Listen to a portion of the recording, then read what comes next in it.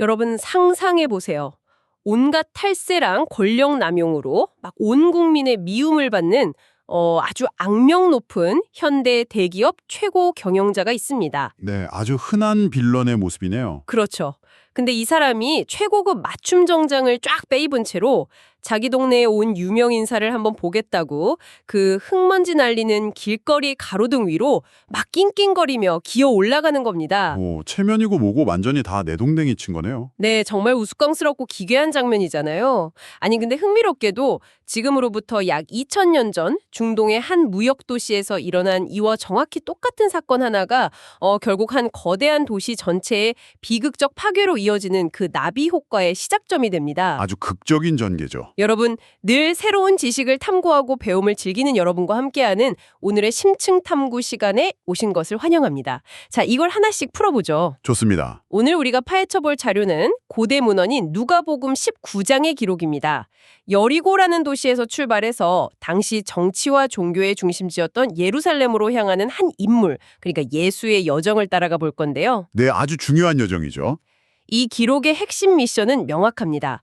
한 인물을 둘러싸고 막 폭발하는 대중의 거대한 기대감, 그리고 부와 권력의 본질, 또 다가오는 거대한 심판이라는 무거운 주제들이 인간의 심리와 어떻게 정교하게 얽혀 있는지를 낱낱이 해부해보는 겁니다.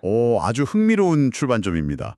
방금 그 악덕 최고 경영자의 가로등 비유에서 한 걸음 더 나아가서 약간 당시의 역사적 맥락을 더딥혀보죠. 네, 시대적 배경이 중요하니까요. 이 여정의 시작점인 여리고에서 등장하는 삭개오라는 인물은 텍스트에 세리장이자 부자라고 명시되어 있습니다. 여기서 세리장이라는 직업이 어떤 의미인지 이해하는 게 엄청 중요하거든요. 그냥 세금 걷는 평범한 공무원이 아니었던 거죠. 절대 아니죠. 당시 유대는 로마 제국의 식민 재배를 받고 있었고요. 세리들은 로마를 대신해서 동족의 피땀 어린 돈을 착취하는 일종의 하청업자이자 앞잡이였습니다. 아, 친일파 앞잡이 같은 느낌이네요. 맞습니다. 그 중에서도 우두머리인 세리장이었으니 그가 축적한 막대한 부는 철저히 동족의 고통을 쥐어짜는 결과물이었죠. 아, 그러니까 단지 막 돈이 많은 얄미운 사람 정도가 아니라 사회적으로 완전 매국노나 배신자로 낙인 찍힌 상태였겠네요. 그렇죠. 근데 이 사람이 예수가 어떤 사람인지 보려고 합니다. 하지만 키가 작고 군중이 너무 많아서 볼 수가 없는 거예요. 그래서 앞으로 달려가서 돌모아가 나무 위로 기어 올라갑니다. 네, 그게 포인트입니다. 제가 고대 문화를 다룬 자료들을 좀 찾아보니까요. 당시 중동 사회에서 나이가 있고 지위가 있는 부유한 성인 남성이 사람들 앞에서 뛴다거나 나무에 오르는 행위는 자신의 모든 사회적 권위와 존엄성을 내던지는 엄청난 수치라고 하더라고요. 정확합니다. 그는 그 막대한 부를 가지고도 철저하게 고립되어 있었습니다. 군중은 그를 아예 소외시켰죠. 왕따였군요. 네, 그런데 여기서 놀라운 반전이 일어납니다.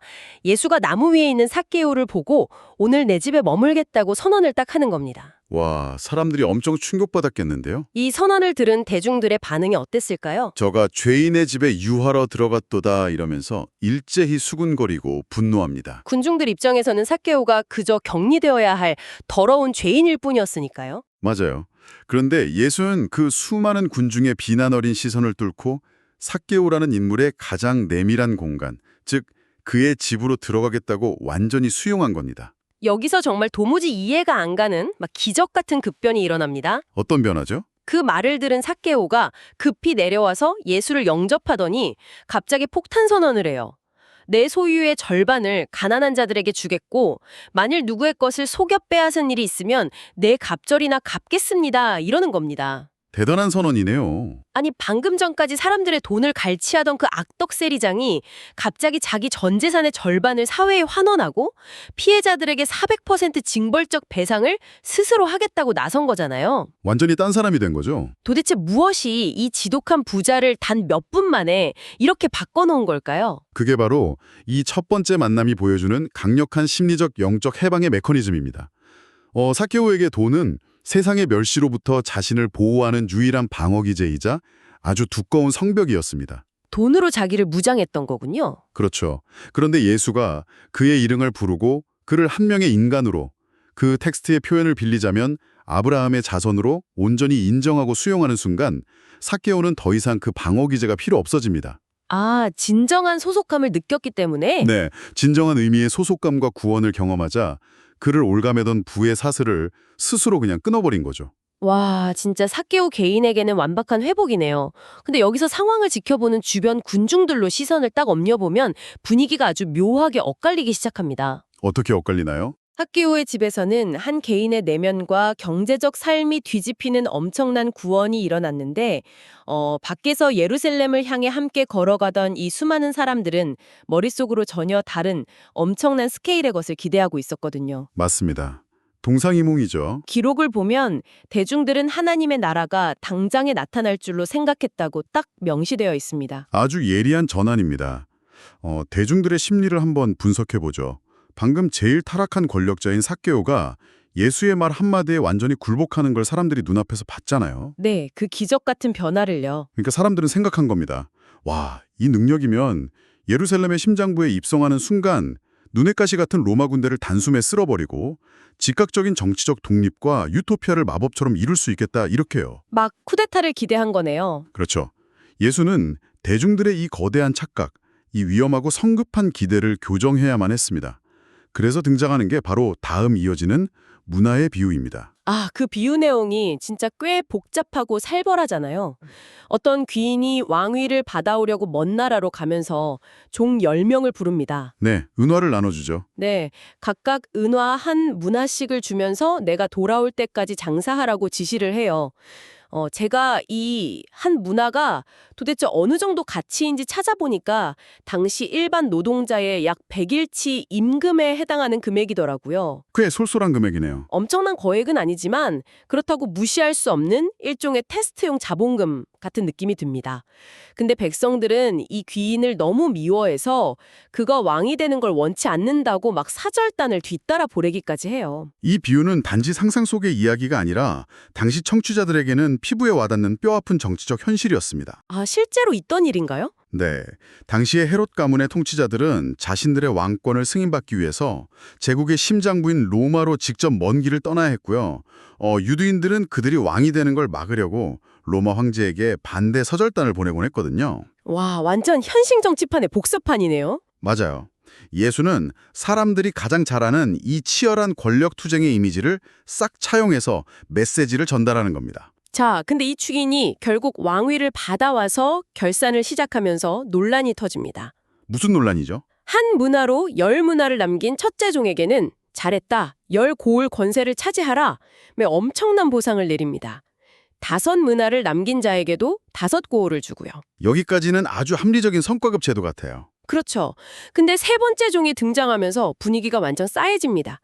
이 종은 원금 한 문화를 수건에 꽁꽁 싸두었다고 그냥 가져와요. 아무것도 안 한 거네요? 네. 그러면서 핑계를 대기를 당신은 두지 않은 것을 취하고 심지 않은 것을 거두는 엄하고 무서운 폭군이라서 내가 두려워서 아무것도 안 했다. 이렇게 말합니다. 변명치고는 아주 치명적이네요. 그러자 주인이 분노하면서 그 한 문화를 빼앗아서 심지어 이미 10문화를 가진 제일 부유한 사람에게 몰아줘 버립니다. 네, 다 빼앗아 부리죠. 청취자 여러분, 여기서 제가 반론을 안 던질 수가 없네요. 아니, 있는 사람한테 더 주고 없는 사람 것까지 빼앗아서 제일 많이 가진 사람한테 준다고요? 이거 완전 역 로빈후드처럼 너무 가혹하고 불공평하게 들리지 않나요? 네, 그 지점에서 아주 많은 분들이 불편함을 느낍니다. 이는 아주 중요한 질문을 던지는데요. 하지만 이 비유의 본질을 자본의 축적이라는 프레임으로 보면 완전히 방향을 잃게 됩니다. 점주적인 이야기가 아닌가요? 여기서 핵심은 관계적 신뢰와 주인의 성품에 대한 오해입니다. 이 상황을 현대의 악명 높은 기업 문화에 한번 빗대어보죠. 네, 좋아요. 어떤 직원이 자기 회장님을 사소한 실수 하나만 해도 당장 목을 치는 무자비한 폭군으로 인식하고 있다고 가정해봅시다. 이 직원은 두려움에 사로잡혀서 어떤 새로운 프로젝트나 혁신도 시도하지 않고 그저 자기에게 할당된 예산을 설악 깊숙한 곳에 숨겨만 두는 겁니다. 아, 처벌받을까봐 아예 복지부동하고 아무것도 안 하는 거군요. 맞습니다. 주인이 분노한 이유는 그가 돈을 잃었거나 덜 벌어왔기 때문이 아니에요. 네가 나를 그런 폭군으로 알았느냐? 그렇다면 최소한 은행에라도 맡겨서 이자라도 챙겼어야 앞뒤가 맞지 않느냐? 하고 반문하는 거죠. 핑계가 앞뒤가 안 맞는다는 걸 꼬집은 거네요. 네, 세 번째 중의 문제는 능력이 부족했던 게 아니라 주인을 근본적으로 불신해서 아무런 책임도 지지 않으려는 무기력과 태만에 빠졌다는 데 있습니다. 아하, 그렇군요. 한 문화를 빼앗아 열 문화를 가진 자에게 준 것은 부의 불평등을 정당화하는 게 아니고요. 주인의 비전을 이해하고 두려움을 극복하며 적극적으로 그 나라의 일에 동참하는 사람에게 더 큰 책임과 권한이라는 보상이 주어진다는 원리를 보여주는 겁니다. 그 설명을 들으니까 확 이해가 가네요. 주인이 먼 나라로 떠나 있는 그 지연된 시간 동안 두려움에 빠져 숨어 있을 것인가 아니면 주인의 뜻에 동참할 것인가를 묻는 거였군요. 정확합니다. 게다가 이 비유의 끝은 더 살벌하잖아요. 아까 주인이 왕됨을 반대했던 그 원수들, 주인이 그들을 끌어다가 자기 옆에서 싹 처형하라고 명령하면서 이야기가 끝납니다. 아주 단호한 결말이죠. 늘종들은 지금 당장 예루살렘에서 로마를 뒤엎을 기적을 딱 기대하고 있는데 예수는 아니다. 왕이 먼 나라로 갔다가 돌아올 때까지 아주 긴 시간이 걸릴 것이고 그때가 오면 적극적인 참여에 대한 결산과 반역에 대한 엄중한 심판이 있을 것이다. 이렇게 아예 선을 그어버린 거네요. 그렇습니다. 군중의 조급증에 찬물을 확 끼얹는 묵직한 경고장인 셈입니다. 자, 이렇게 팽팽한 긴장감을 안고 드디어 일행은 예루살렘의 턱 밑 감람산이라는 곳에 도착합니다. 여기서 그 유명한 예루살렘 입성 퍼레이드가 시작되는데요. 디테일이 정말 기가 막힙니다. 어떤 부분이 눈에 띄던가요? 예수가 제자들을 맞은편 마을로 보내면서 아직 아무도 타보지 않은 나귀 새끼를 끌고 오라고 지시하십니다. 아주 구체적인 지시네요.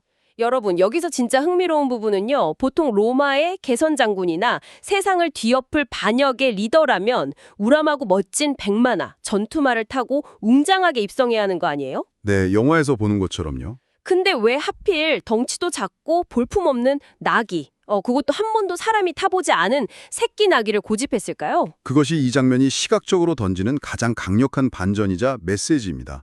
고대 근동사회에서 아무도 타보지 않은 동물이라는 건 종교적으로 아주 거룩한 목적, 그러니까 오직 왕이나 신적인 용도를 위해서만 구별된 것을 의미합니다. 아, 자기가 왕이라는 건 확실히 선언하는 거네요. 네, 그는 자신이 왕임을 분명히 선언하고 있는 겁니다.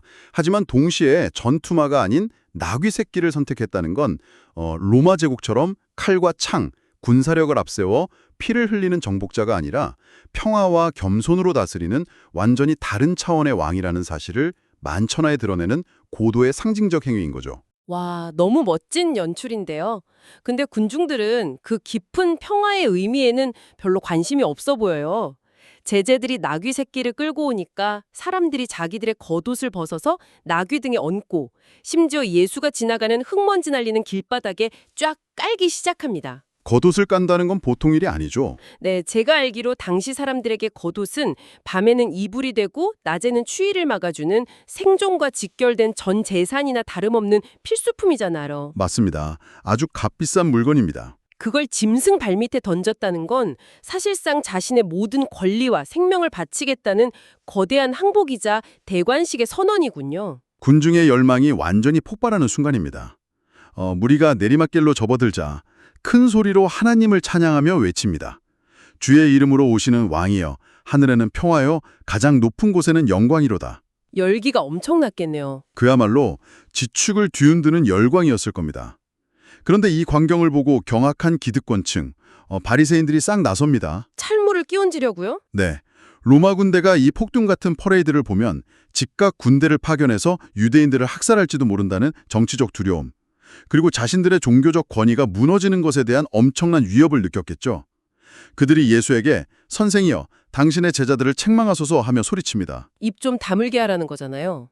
근데 이때 예수의 대답이 정말 압권입니다. 만일 이 사람들이 침묵하면 돌들이 소리 지르리라. 딱 이렇게 받아치거든요. 아주 강력한 선포죠. 저는 이 구절이 그저 시적이고 은유적인 표현인 줄만 알았어요. 근데 오늘 흐름을 쭉 따라가다 보니까 이건 마치 중력의 법칙처럼 도저히 막을 수 없는 우주적이고 역사적인 거대한 흐름과 모멘텀을 의미하는 것 같습니다. 정확한 통찰입니다. 바리새인들이 권력과 억압으로 사람들의 입을 틀어막는다고 해도 진실이 사라지는 게 아님을 선포하는 겁니다. 진실은 막을 수 없다.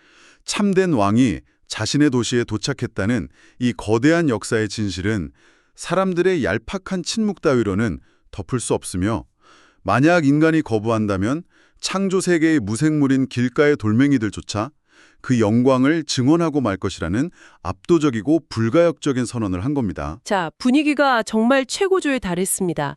수많은 사람들이 겉옷을 깔고 환호하며 돌들마저 막 소리 지를 듯한 엄청난 퍼레이드가 벌어지고 있습니다. 네, 완벽한 축제의 정점이죠. 근데 여러분, 여기서 제가 도무지 이해할 수 없는 가장 비극적이고 극단적인 감정의 변화에 부딪힙니다. 가장 영광스럽고 기뻐해야 할 바로 이 순간에 드디어 예루살렘 성이 한눈에 내려다 보이는 곳에 이르자마자 예수가 갑자기 성을 보고 주저앉아 우십니다. 눈물을 흘리시죠? 그냥 찔끔 눈물을 훔치는 정도가 아니라 아주 소리내어 통곡을 하십니다. 그럼 이게 다 무슨 의미일까요? 이건 마치 치열한 전쟁 끝에 승리한 장군이 해방된 수도에 입성해서 막 퍼레이드를 하다가 갑자기 혼자 주저앉아 엉엉 통곡을 하는 거랑 똑같잖아요. 곧 이 도시에 폭탄이 떨어질 것을 혼자만 알고 있는 사람처럼요. 네, 이걸 더 큰 그림과 연결해 보면 그 극명한 대비가 이 텍스트가 가진 비극적 아이러니의 정수입니다. 예루살렘이라는 이름의 뜻 자체가 평화의 도시잖아요. 아, 이름부터가 평화군요. 그런데 정작 그 성에 사는 사람들은 진정한 평화에 관한 일이 무엇인지 전혀 알지 못하고 있습니다. 군중은 여전히 피를 흘리는 군사적 영웅을 기대하며 환호하지만 예수는 그들의 눈에는 보이지 않는 불과 수십 년 뒤에 닥쳐올 이 도시의 참혹한 멸망을 이미 뚜렷하게 내다보고 계셨기 때문에 통곡하신 겁니다. 맞아요. 그 파괴의 모습이 아주 구체적인 예언으로 묘사됩니다. 텍스트를 보면 내 원수들이 토둔을 쌓고 너를 둘러 사면으로 가두고 너와 내 자식들을 땅에 메어치며 돌 하나도 돌 위에 남기지 아니하리라 이렇게 말씀하십니다. 엄청나게 끔찍한 묘사죠? 네. 여기서 토둔이라는 단어가 좀 생소한데 이건 고대 로마군의 전형적인 공성전 전술이잖아요.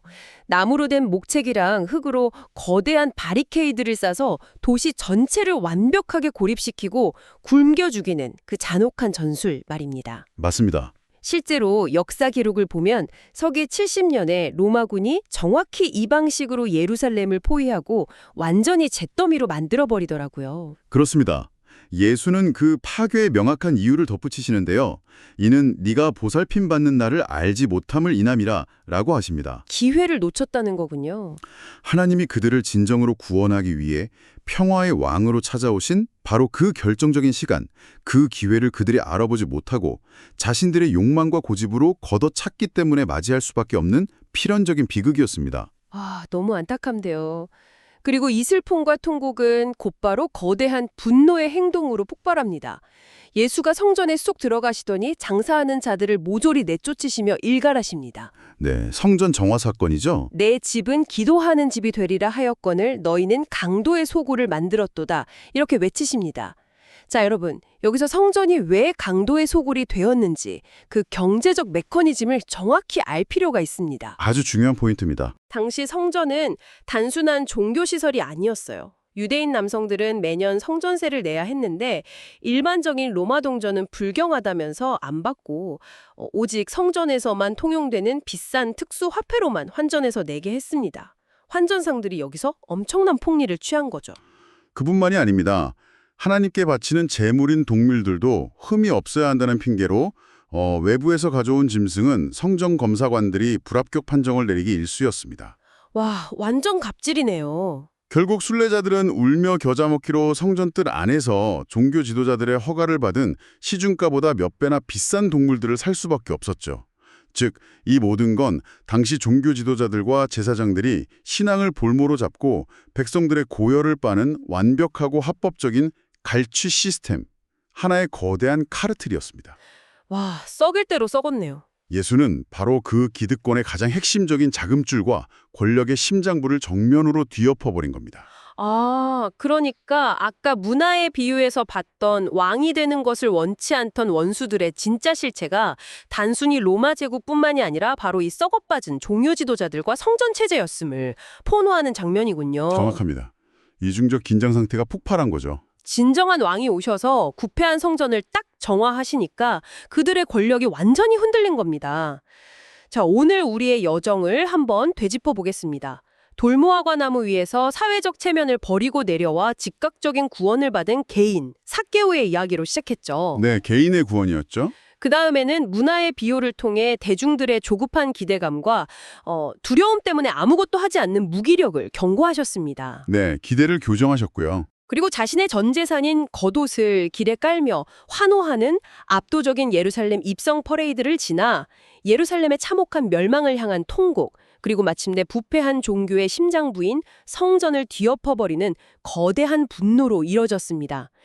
그야말로 이 롤러코스터 같은 여정 속에서 인간의 기대와 신의 현실이 정면으로 충돌하는 모습을 제대로 봤네요. 이 모든 개별적인 사건들이 도대체 누가 진정한 왕이며 그 권위 앞에 우리는 어떤 태도로 설 것인가라는 하나의 거대한 질문을 향해 정교하게 연결되어 있는 것입니다. 맞습니다. 그래서 여러분, 오늘 이 텍스트의 대미를 장식하는 마지막 구절이 얼마나 아슬아슬한 기묘한 교착 상태로 끝나는지 꼭 짚고 싶습니다. 47절과 48절 부분이죠. 네, 보면 대제사장들과 지도자들은 자신들의 밥줄을 끊어놓은 예수를 어떻게든 죽이려고 혈안이 되어 있습니다. 근데 평범한 백성들은 그의 뼈아픈 진리에 완전히 매료되어서 막 귀를 기울이고 있죠. 그래서 기득권자들이 밀란이 두려워 감히 손을 대지 못하는 이 위태로운 권력의 줄다리기, 폭풍전야의 상태로 오늘 기록이 끝납니다. 폭발 직전의 고요함 같네요. 여기서 여러분에게 한 가지 도발적인 질문을 던지고 싶습니다. 대중의 여론이라는 건 참 무섭고도 얇은 얼음판과 같습니다. 지금 군중들은 예수를 지지하는 강력한 방패 역할을 하고 있죠. 네, 지금은 환호하고 있으니까요. 하지만 현대 우리 사회나 정치를 봐도 알 수 있듯이 대중이 진정으로 원하는 건 대부분 내 삶을 당장 윤택하게 해줄 즉각적인 해결책입니다. 만약 이 군중들이, 이 왕이 자신들의 기대를 당장 충족시켜줄 로아 정복자가 아니라 오히려 자신의 내면을 찌르고 각자의 희생과 책임을 요구하는 존재라는 것을 완전히 깨닫게 되는 날이 오면 도대체 어떻게 될까요? 아주 무서운 질문이네요. 우리가 열광하며 지지하던 리더가 우리가 원하던 달콤하고 즉각적인 환상 대신 쓰디쓴 진실을 마주하라고 요구할 때 우리는 과연 끝까지 그 진실의 편에 서서 귀를 기울이는 대중으로 남을 수 있을까요? 아니면 내 기대가 무너졌다는 배신감에 사로잡혀 돌변해서 가장 앞장서서 진실을 침묵시키려는 자들, 그를 십자가에 못 박으라고 소리치는 폭도가 될까요? 정말 쉽지 않은 선택이 될 겁니다. 청취자 여러분, 이 팽팽한 아슬아슬한 긴장감이 흐르는 예루살렘의 한복판에서 과연 여러분이라면 어떤 자리에 서 있었을지 오늘 하루 스스로에게 깊이 상상하고 질문해 보시길 바랍니다. 고대 예루살렘의 먼지 묻은 이야기가 2000년의 시간을 훌쩍 뛰어넘어 오늘날 군중 심리에 휩쓸리며 살아가는 우리의 맨 얼굴을 비추는 아주 날카로운 거울이 되는군요. 참으로 묵직하지만 스스로를 돌아보게 만드는 깊이 있는 통찰이었습니다. 저 역시 오늘 이 기록을 함께 해부해보며 매 순간이 흥미롭고 뼈아픈 발견의 연속이었습니다. 좋은 분석 감사드립니다. 네, 저도 즐거운 탐구였습니다. 여러분, 오늘 남겨진 이 강렬한 여운과 질문을 일상 속에서 깊이 곱씹어 보시길 바랍니다. 저희는 다음 심층 탐구 시간에 더욱 흥미롭고 새로운 지식의 여정으로 여러분을 찾아오겠습니다. 끝까지 함께 해주셔서 감사합니다.